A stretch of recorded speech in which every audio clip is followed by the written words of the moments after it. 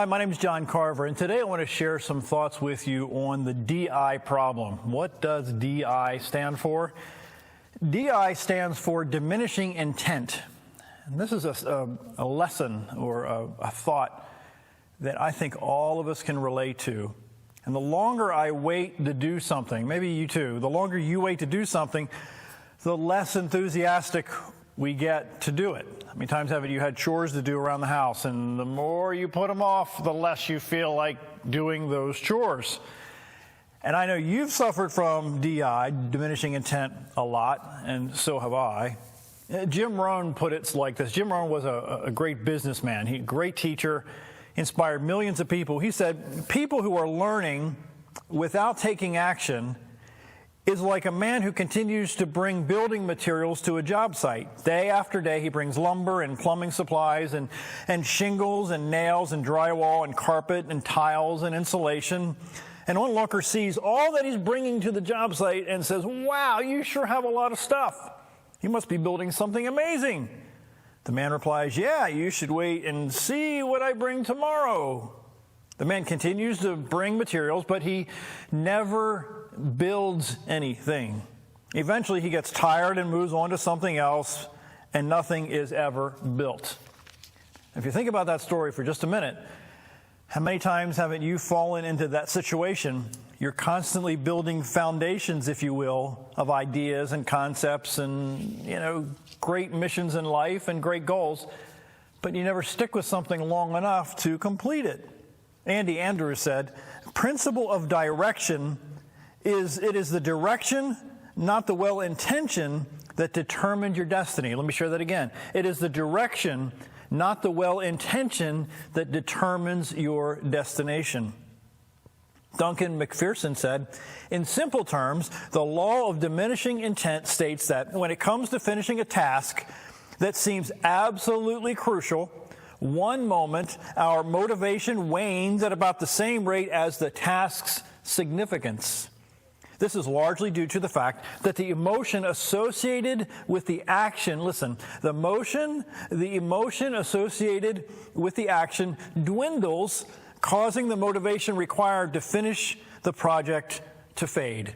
That's a flowery way to say it, that the longer you put stuff off, the more difficult it is to get going. Jim Rohn also said, we intend to take action when an idea strikes us. We intend to do something, listen, when the emotion is high, but if we don't translate that intention into action fairly soon, the urgency starts to diminish. A month from now, the passion is cold, and a year from now, it can't be found at all. Stop and just think for a second. Look back at your own life, at all the things you've started and never finished. You never completed because you never proceeded to put the puzzle pieces together to get the job done. Fear makes the DI problem bigger. Fear makes that problem of diminishing intent seem like the task is so overwhelming that you can't possibly accomplish it. In the Old Testament, there's a book in the Bible called Jeremiah. And it's a story about a young man named Jeremiah who didn't think he had what it takes to get the job done. In fact, he argued with God in the story that he was too young, that he was, he didn't have all what it takes. In fact, he talks about he wasn't born on the right side of the tracks, my paraphrase of that story. But Jeremiah was arguing with God, and he was saying, like, God, I can't even talk right. I can relate to that. I can't even talk right. So God tells him in verse number 7, he says, don't say that, for you will go wherever I send you and speak whatever I tell you, and don't be afraid of the people, for I, the Lord, will be with you and see you through. And then in verse 9, the story says that God touched his mouth and gave him the power to do the things that he was asked to do. And oftentimes people like Jeremiah, maybe you, sometimes me, want to put off doing the extraordinary because people tend to look at their own abilities or inabilities. Have you ever been around people that talk down to you about what you're attempting to do because they're afraid to do what they think they should be doing, or they think because they can't do it, must mean that you can't do it, which is really foolish, isn't it? I would venture to say this, that 98% of the people that you know will never accomplish anything because either they're too afraid to step out and do the extraordinary, or maybe they keep putting off the things that they should be doing day in and day out.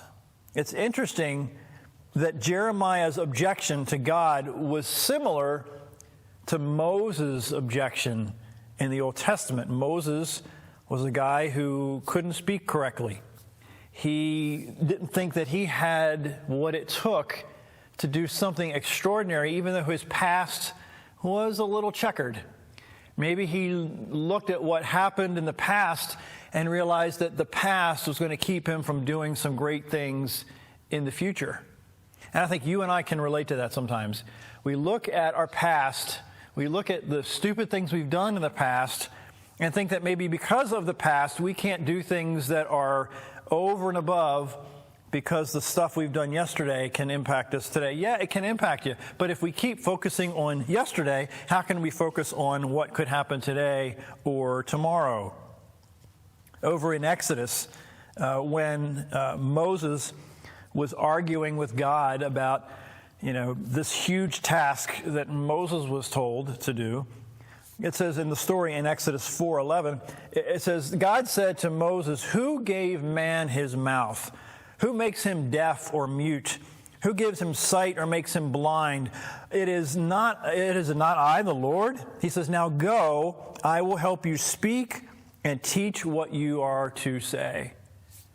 So if I want to back up a little bit and kind of put a double pastor hat on here, that if you and I choose to place our lives, our future, our potential, our today in God's hands, so to speak, to create an environment, to create a mission for your life that will enable you to do the things that are extraordinary that people around you choose not to do because they haven't learned the secrets, that it's not always what you have, but what you're willing to do. And what you do consistently every day will determine the result you're going to get tomorrow. I can't say that enough. Because you can't just do the extraordinary once in a while and expect great things to happen. That's not the way it works. You need to do extraordinary things every day. I'll even go far as saying uncomfortable things. Sometimes terrifying things that you are going to do, that you need to do, that I need to do every day in order to one day wake up and then you look back and say, wow, I have come so far because I was not allowing the fear and the intimidation and my past and the negative people around me to stop me from doing things that are, in hindsight, pretty incredible. It blows my mind that as a Christian, God sees your potential and my potential before we can ever imagine it. And again, there's several stories I could share with you, but in my own life, there have been situations and circumstances that turned out in a way that I did not expect because I was willing to do some things that at the time didn't make a lot of sense. But again, looking back, I say, if I wouldn't have done those things that at the time were a little intimidating, sometimes were a lot intimidating, sometimes they were expensive, sometimes they pulled me right out of my shell and placed me there, if you will, in a situation that was scary, that eventually impacted the lives of other people that I could not have impacted because I would not have done these things in the past consistently. So the point I'm trying to get to you here today is that if you do the scary things consistently, if you do the things that are maybe threatening your box, that maybe are challenging you to do something that is out of your comfort zone enough times, you're going to find that one day you're going to wake up and realize that your life has evolved in a way that is so extraordinary that looking back, you could not have imagined it would have been this good if you would not have taken the steps that you took so many times.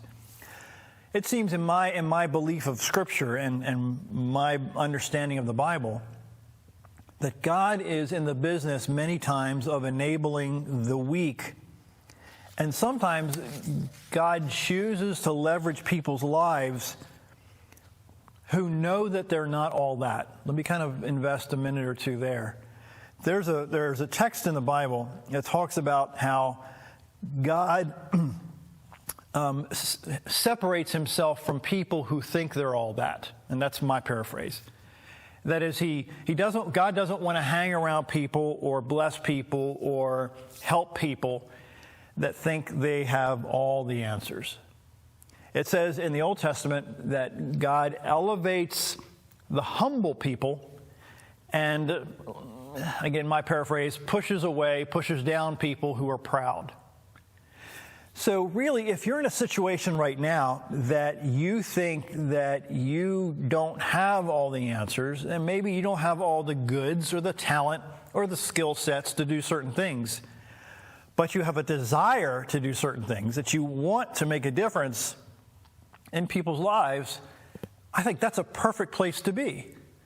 Because then you know that your opportunity, your potential, is not only based on what you're doing, but it's also on a higher power that can provide tools, that can provide relationships, that can provide circumstances and opportunities that would not have existed if you would not have, if you will, stuck your neck out for the benefit of other people. And that can be a very misunderstood point of view from other people. Because there are going to be some people who will accuse you of trying to be something more than you are. Or there are going to be people that are trying to say, well, you're just so arrogant and you just, it's all, you want to fluff yourself and you want to make yourself look good. And you're going to get that. I'm telling you, you're going to get it. But if your heart, your passion is really to help other people, then it really, in the scheme of life, it doesn't really matter what those people have to say anyway. So again, God gives you the ability to do the extraordinary. Telling someone, don't be afraid, is maybe the kind of advice that tends to have the opposite effect on somebody. I can remember when I was 9 years old, I was in a certain school, and for a period of weeks or months, we were going to the YMCA to learn how to swim. And at the time, I was terrified of water. I was terrified of drowning, is the actual story. And every time I would go to the YMCA, I would cry because I was afraid. Now, that went on for a few weeks. So the instructors, they chose to put a styrofoam belt on me that I couldn't drown. No matter how much people would pull me down or attempt to pull me down, I couldn't drown, but I was still terrified of the water. Long story short, at the end of this series of classes, the instructor told us that we were going to jump off of the diving board. Now remember, I'm 9 years old. So the teacher lined us up on the diving board. The diving board was probably 12 feet long, 10 feet long. It was very long. So as the person got closer to the edge of the diving board who was going to jump in, I would go to the back of the line. We got closer, I would go to the back of the line. Terrified, crying. I can remember it very clearly, crying. I still had that styrofoam belt on, by the way. I couldn't drown. I couldn't sink. No way. So the instructor, he was very adamant that I was going to jump off that diving board. Scared out of my mind. Got to the end of the diving board eventually. I did not want to jump. I wanted to turn around. And then by then I had more people behind me because there were other people who came out of the water and wanted to dive off the diving board again. So I had a good 6 to 10 people behind me. So I jumped in, terrified. I was under the water. And I realized that I didn't have to do anything. The belt was picking me up out of that water again. The point of the story is sometimes you and I don't know what we have around us that will help us bounce back to the top. If we just pay attention to those things in our lives that can create an atmosphere in your life and my life that if we're proactive, we'll put that belt on ourselves, in quotes, of course. We'll provide people and situations in our lives that will lift us up when we think we're going to sink, that we're going to drown. I go back to the book of Jeremiah in the Old Testament in chapter 1. God was telling Jeremiah, do not be afraid. And again, for some of us, I can't say it's for you, but at least for a lot of people I know, that fear is a motivating force for some people not to do the extraordinary or to attempt to do the extraordinary. So where does this diminishing intent really, it can really start by thinking that you don't have the goods to do extraordinary things, so that if you don't think you have the goods to do extraordinary things, then you're going to constantly put off doing things that you should be doing. There's a silly story I read a long time ago. It says 5 frogs are sitting on a log. 4 decide to jump off. So how many are left? The first time he asked me, I answered 1. No, he responded, 5. I said, why? Because there's a difference between deciding and doing. How many times haven't you decided to do certain things in your life, but you never really got around to doing it? I am guilty as charged. I've decided to do certain things. I've decided to take on a certain task, whether they're small or large, but I kept putting it off and putting it off and putting it off and putting it off until a year later it's still not done. I think you can probably relate to that too. Frank Clark said one time, he said, what great accomplishments we'd have in the world if everybody had done what they intended to do. Imagine all of the inventors, the electricity situation and the telephone and the automobile. What if all these inventors would have just put off the stuff that they should have been doing consistently? I think I read somewhere that Thomas Edison attempted over 1,000 times to get electricity to work, to light a light bulb. 1,000 times. I think you and I would have quit after about, what, a dozen? Maybe 20 times? He stuck with it for 1,000 times, and now you're able to watch this and turn on the light switch in your house because Thomas Edison didn't give up. It boils down, I think, to being willing to pay the price daily of what needs to be done every day, because you and I have a tendency to put things off with things that we really don't want to do anyway. I think that you and I have an opportunity to make a difference in the world in a bigger way than maybe you and I can even see. In 2 Timothy chapter 2 in the New Testament, Paul wrote this letter to this young man named Timothy, who was sometimes a little intimidated by the people around him. He was the younger of the group, and there were a lot of older people around him that looked down upon him because he was young. So in 2 Timothy chapter 1, it says this, "For God saved us and called us to live a holy life. He did this not because we deserved it, but because that was His plan from before the beginning of time, to show us His grace through Jesus Christ." So let's kind of expand that a bit more. If you go back up to verse 5, it talks about how Timothy was raised by his mom and grandmom, and how in verse 6, it says that Paul was telling Timothy that you have to fire up yourself the gifts and the talents that are in you. I think sometimes you and I are waiting around for people to notice the good things in us, or to notice we have a special talent in a certain area, or we have a desire to do certain things in the world. Somebody certainly is going to notice me somewhere and promote me to a position to do things great. That's not the way it happens most of the time. I think that's a very, very tiny fraction of how things happen sometimes. There are times when you and I have to, if you will, grab ourselves by our own bootstraps or our own collar and thrust ourselves out there to do the things that maybe our heart's telling us to do and nobody else is doing for other people. But you have a desire to make a difference and to do certain things in people's life. In verse 8, it says, "So never be ashamed to tell others about God." This is, again, Paul talking to Timothy, because Timothy was intimidated. I think you might be able to relate a little bit to Timothy, too, in other areas of your life. Sometimes intimidation allows you and I to have that diminishing intent problem, that we allow the strong and the loud and the boisterous and the arrogant and the hotheads to kind of shut us down emotionally, because they're the loud ones. They seem to have all their stuff together. But really, they're just a bunch of fluff. They're just a bunch of hot air sometimes.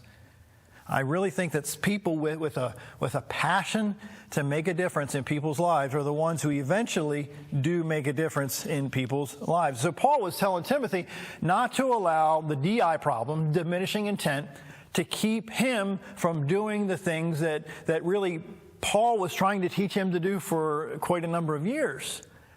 Because again, intimidation can literally stop you in your tracks. You're going to find that sometimes that there are people that are going to be critical of the way that you do things for the benefit of other people when they haven't lifted a finger to do anything about anything for anybody. They can be critical, they can put you down, and they can slam you, and they can talk about you and write nasty posts about you and send emails to the world about how you're a loser and how you're not going to amount to anything, but they're not doing anything at all. You're the one doing it. I'm the one trying to do it. So you have an option, and this is where I am this day in this hour, that am I going to focus on the people that are trying to bring me down, or at least to be critical of me or to harass me, or am I going to focus on the people that might need a little encouragement? There are people in your life, I'll tell you flat out, who are waiting for you to step up and do what's extraordinary. And I'll tell you, there are times when every fiber in your body is shaking in your boots. I can remember the first time I had a camera in my face. I was promoting one of my books, and I could not, my mind just went completely blank. And it wasn't that long ago. It was like 2 or 3 years ago. I was like, oh my gosh, I can't even remember my name hardly.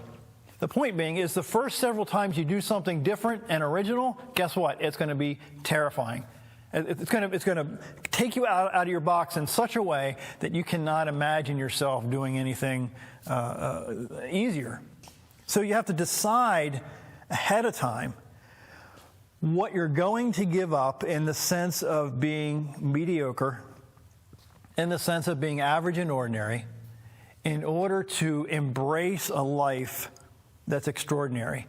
And that just doesn't happen one time.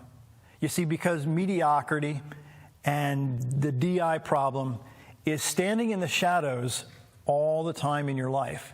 It's standing in your in the back of your mind that says you don't need to get up early to do this. You don't need to work out consistently. You don't need to read the books that you should be reading. You don't need to hang around the right kind of people, because that's always in your ear, because that's the easy way to do it. Because the easy way is the easy way. The hard way is doing stuff that you don't feel like doing, but you do it anyway. I go to the gym 4 or 5 days a week, and half the time I don't really want to go. To be very honest with you, I just do not want to go. But I know that if I don't remain consistent, then all the work I did for the last several years is now wasted because I allowed what I didn't feel like doing to stop me from doing the things that I should be doing. And I wonder if that's the case in your life too. You know what you should be doing, but at the moment, you don't feel like doing it. So when you don't feel like doing it long enough, what happens? Then you regress, you backslide, it's an old term, you backslide, and then you have to start all over again, and now you're older, you might be a little weaker, you might not have all the energy you used to have, so why not just maintain? Why not be consistent in areas in your life that can literally transform your life, and more importantly, the lives of folks around you? So you can maybe decide to help others realize their dreams and their goals, and maybe let that be a motivator for you. Maybe let that be a big why in your life. In fact, there's a pastor, his name's Greg Laurie. He used these words which really grabbed me. It says, God uses people who realize they are weak. Let me share that again. God uses people who realize they are weak. In the book of Joshua in the Old Testament, God tells Joshua to be strong and courageous. So what does that suggest to me, just as a regular guy? That suggests to me that Joshua may not have felt strong. Maybe he felt weak. Maybe he felt intimidated. Maybe he felt like maybe he couldn't accomplish the great tasks that he was given to accomplish. So it's really important for you and I to surround ourselves with strong people. In the Old Testament, It says that the eyes of God go around the world to show himself strong to on behalf of those whose heart is loyal to God.